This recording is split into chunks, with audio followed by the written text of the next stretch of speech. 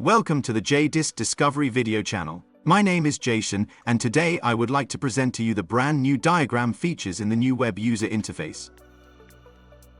JDisc discovers all sort of information about devices that are connected to your network. This information is presented to you mainly through predefined built-in reports or custom reports in a table or table form. However, for some business use cases, this is not ideal. It would be great if you could visualize information such as device-to-device connections, device software and hardware information, network and virtualization topologies, and many more. Exactly for these cases, we implemented the JDisc Diagrams features.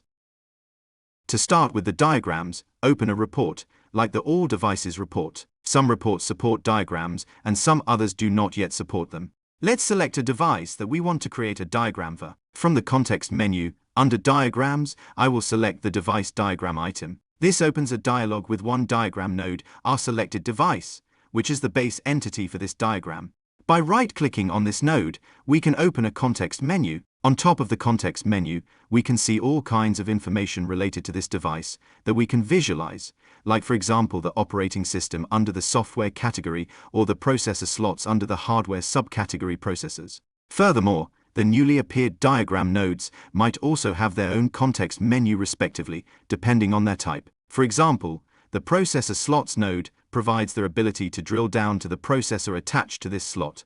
It is also possible to hide undesired information from the diagram. For example, if we do not want any of the operating system information to be visualized, from the context menu of the base device, we can select Hide Operating System. Selecting a node opens automatically a right panel, which contains information about this node. Part of this information is the enabled relations in a tree table form. This view allows you to edit those relations easily while keeping the overview of what is enabled and what is not. By clicking on Apply, our changes are applied on the diagram. Additionally, when a node is selected, its context menu is available also on the diagram menu. This is especially useful on mobile devices where a mouse is not available. As nodes are added or removed from the diagram, the layout is adjusted. We can still move nodes on the diagram to positions of our choice. Some of the relations that appear on the tree might be disabled. This happens because the selected node entity type does not support them directly. However, these relations are enabled when the template that holds them is enabled,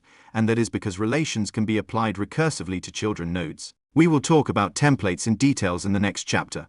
The diagram that we have just created cannot be persisted yet, but we plan to provide this capability in one of our future releases. At the end of a node context menu, we can see what kind of actions are available for this node. In this case, we can show detailed information about this device or connect to it. Some of the information categories, like the hardware category, contain a relatively large number of subcategories. Having a shortcut to enable all these types of information with one click is a convenient and fast way to do it. This kind of shortcut is a group of relations that form a so-called template. The All Hardware template in this case will enable all device hardware information. The relations that compose a template can be edited. For example, it might be desirable that from the All Hardware template to exclude all processor-related information. Another example of such a powerful template is the Network Topology template. I will demonstrate this template by selecting a switch on our network. This template visualizes the device-to-device connections on the network. When keeping the defaults, the entire network topology for this device is created, as device-to-device connections are resolved recursively until there are no connections anymore. In case we need only to visualize the directly connected devices or connected devices up to a certain depth, we can edit the max depth setting accordingly and hit Apply. This is especially useful on large topologies, where fetching the complete topology in most cases will clutter the diagram and make it unreadable. One third example of an important template is the Virtualization Topology template. The template is available directly from the context menu of the All Devices report. This template will visualize the virtualization environment. We plan to provide more built-in templates in future releases. In certain cases, the diagram default configuration might not be suitable. We might want to adjust the composition of the label of a node, the size of a node, the icon that a node is rendered, etc. All these can be achieved right from the diagram preferences. For example, we might want the label of a laptop to contain also the IP address. Changes in these preferences can be persisted. However, any change made will affect all diagrams. In future releases, we plan to enable diagram-specific will override global diagram preferences.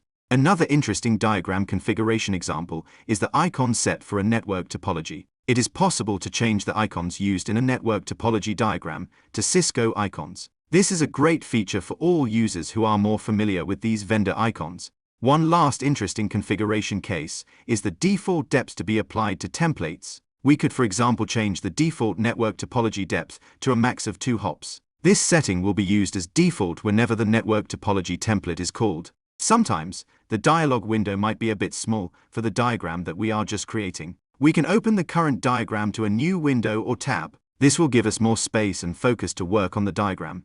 We can also change the default layout of a diagram, which might be more suitable in certain cases. Especially for large diagrams, the search functionality is pretty useful. It allows us to find and focus on a node of interest.